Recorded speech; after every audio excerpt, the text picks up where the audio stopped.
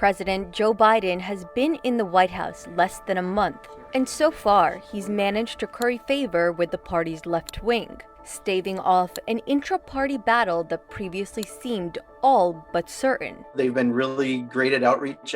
You can tell Joe Biden's not a rookie.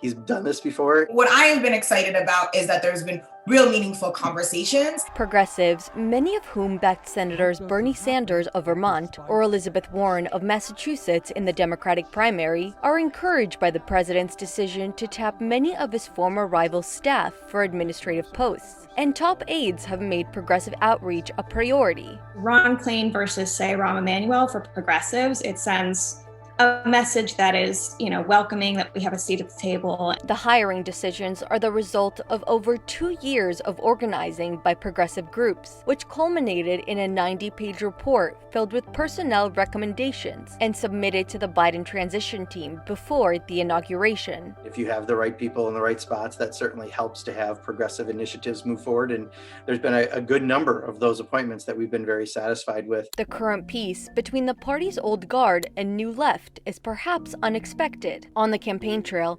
Biden was regularly attacked by progressives as they sought to portray him as out of step with today's Democratic Party. Nominating fellow Washington insider will not meet this moment. He's received contributions from 44 billionaires. But even though he ran explicitly against the party's left wing, I beat the socialists. That's how I got elected. That's how I got the nomination.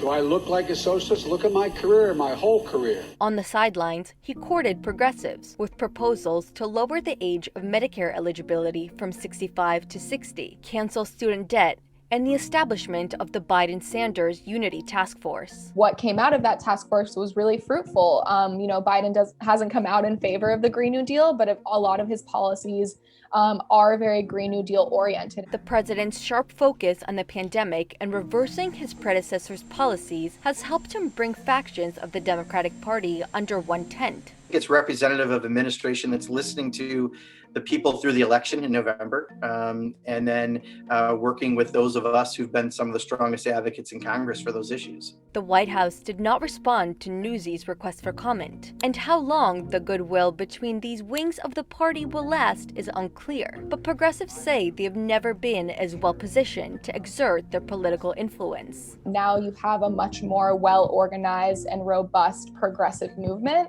that organized really hard and fought really hard for Biden to be elected. The left is committed to staying engaged, to making sure that Biden is held accountable to the campaign promises that he made. What we're continuing to do is holding this administration's feet to the fire. Shira Tarlow, Newsy, Washington.